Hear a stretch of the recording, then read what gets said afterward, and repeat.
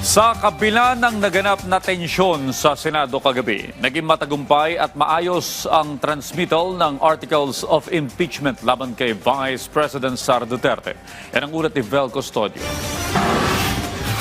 Matagumpay at maayos sa taipasa ang Articles of Impeachment laban kay Vice President Sara Duterte sa Senado nitong Miyerkules sa kabila ng tensyon na nangyari sa Senado. Yan ang kinumpirma ni House Secretary General Cheloy Garafil. 7:22 p.m. nang i-transmit ang 27 furnished copies at 27 flash drives para sa soft copies ng Articles of Impeachment sa pamamagitan ni Senate Secretary Dong Mendoza ilang minuto lamang bago maganap ang kaguluhan sa Senado. Sa kabila ng umiinit na sitwasyon politikal kaugnay ng proseso, iginiit ni Garafil na nananatiling nakabatay ang House Secretariat sa mandato ng konstitusyon at sa kanilang institusyonal na tungkulin. Nagpasalamat din si Garafil sa lahat ng personal at partner agencies na tumulong para matiyak ang maayos at ligtas sa pagpapasa ng Articles of Impeachment sa Senado. Pagkatapos ito, inaasahang magko-convene ang Senado bilang impeachment court sa Lunes, batay sa pahayag ni Senate President Alan Peter Cayetano. Nakakatuwa yun. At sabi ko nga sa inyo,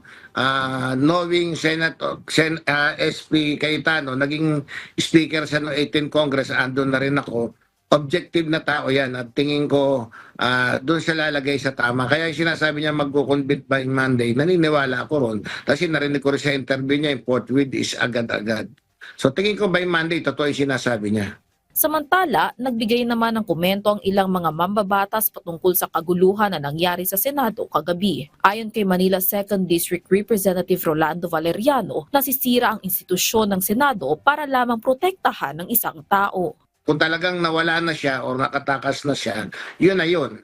Nagkaroon pa ng putukan na wala naman. Tingin ko tingin ko, parang drama lang din yung putukan na yun para lang ma-divert yung attention natin lahat.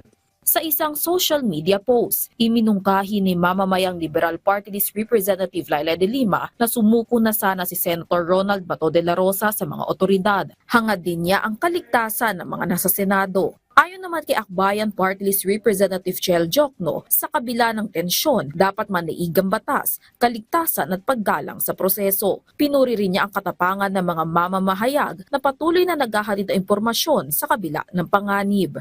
Vel Custodio para sa Pambansang TV sa Bagong Pilipinas.